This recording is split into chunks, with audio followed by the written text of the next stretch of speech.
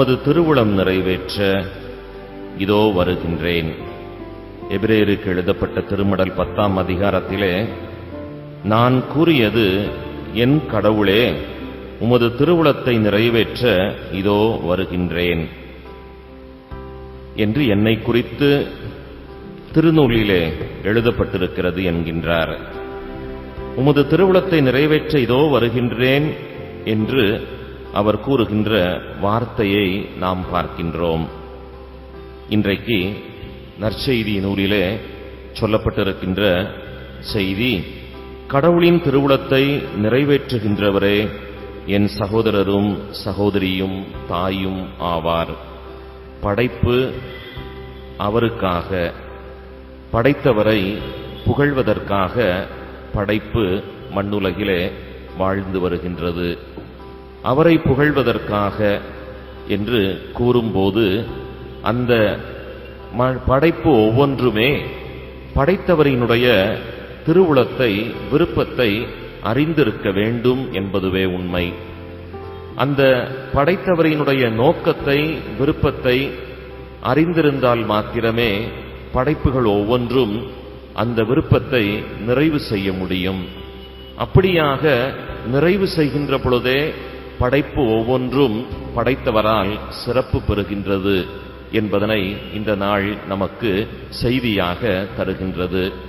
படைத்தவரினுடைய விருப்பம் என்ன என்று நாம் அறியும்போது, படைப்பு எல்லாமே ஒன்றுக்கொன்று உதவியாக இருந்து படைப்பு பொருட்கள் அத்தனையையும் பாதுகாத்து மிக சிறப்புற வாழ வேண்டும் என்பதுதான் படைத்தவரினுடைய நோக்கம். இவற்றையெல்லாம் நீங்கள் ஆண்டு காத்து கொள்ளுங்கள் என்று படைப்பினுடைய சிகரமாக படைக்கப்பட்ட மனிதனிடம் அந்த பொறுப்பை ஒப்படைத்தார் என்பதனை தொடக்க நூலிலே நாம் படிக்க பார்க்கின்றோம். எனவே படைப்பு ஒவ்வொன்றும் தனக்குள்ளாக ஒரு ஒருங்கிணைந்த ஒன்றுபட்ட தன்மையோடு ஒருவருக்கொருவர் உதவியாக இருப்பதோடு மட்டுமல்லாமல் ஒருவருடைய வாழ்வு சிறக்கச் செய்ய துணை நிற்க வேண்டும் என்பதும் அவசியமானது. அதனோடு மட்டுமல்லாமல் அந்த பிற படைப்புகள் ஒவ்வொன்றையுமே மிக அற்புதமாக அழியாமல் காத்து வருவதும் கடமையாகும் என்பதும் இந்த நாளிலே நாம் அறிய வேண்டிய மிக முக்கியமான ஒரு உண்மை. இத்தகைய ஒரு நல்ல செயல்பாடுகளை வாழ்விலே செய்து வருவதற்காகவே நாம் அத்தனை பேருமே அழைக்கப்பட்டிருக்கின்றோம். உமது திருவுளத்தை நிறைவேற்ற இதோ நான் வருகின்றேன் என்று ஆண்டவர் இயேசு கிறிஸ்து கூறுகின்றார். அவரது தந்தையாம் கடவுளினுடைய விருப்பத்தை நிறைவு செய்வதுவே எனது உணவு என்று சொல்லி, அவர் விருப்பம் எல்லாம் எல்லாரும் இன்புற்றிருக்க வேண்டும், எல்லாரும் எல்லாமும் பெற்று வாழ வேண்டும், எல்லாருமே நிறைவாழ்வை சுதந்திரித்துக் கொள்ள வேண்டும், யாரும் அழிவுறக்கூடாது என்பதுவே அவரது மேலான விருப்பம். தந்தையினுடைய விருப்பத்தை அறிந்து நிறைவேற்ற மண்ணுலகிலே இயேசு கிறிஸ்து வந்தார். எனவே அவர் இறந்தும் அவரை உயிர்ப்பிக்கச் செய்து தனது வலது பக்கத்திலே அமருகின்ற பாக்கியத்தை கொடுத்தார். இத்தகைய ஒரு நல்ல மேலான நிலை நம்முடைய வாழ்வாக இன்றைக்கு மாறிட வேண்டும் என்பதுதான் ஆண்டவரது விருப்பம்.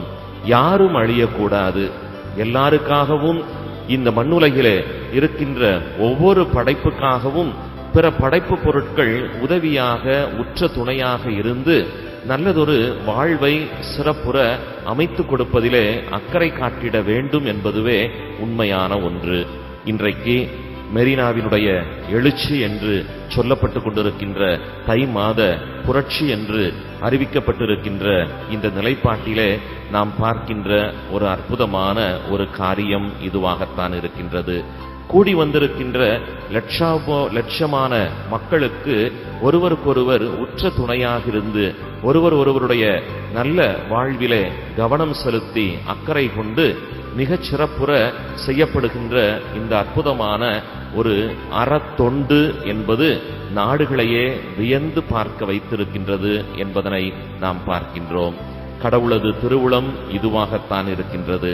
எனவே கூடியிருக்கின்ற ஒவ்வொருவருமே சகோதரர்களாக சகோதரிகளாக ஒருவரை மதித்து தாயாக தகப்பனாக ஏற்று அண்ணனாக அக்காவாக ஒருவரை ஒருவர் புரிந்து ஏற்றுக்கொண்டு அன்பு செய்து ஒன்றுபட்டு நிற்கின்ற ஒரு அற்புதமான எழுச்சி இன்றைக்கு உலகமே வியந்து பார்த்து கொண்டிருக்கின்றது என்பதை நாம் பார்க்கின்றோம். இந்த நல்ல அற்புதமான நிலை நம்முடைய வாழ்விலே தொடருமேயானால் நாம் இறையாட்சியை நம்முடைய வாழ்விலே காண முடியும் என்பதுதான் நமக்கு தரப்படுகின்ற ஒரு சிந்தனை. எனவே கடவுளினுடைய திருவுளம் அறிந்து செயல்படுகின்ற நல் மக்களாக வாழ நாம் உறுதி எடுத்துக் கொள்ளுவோம்.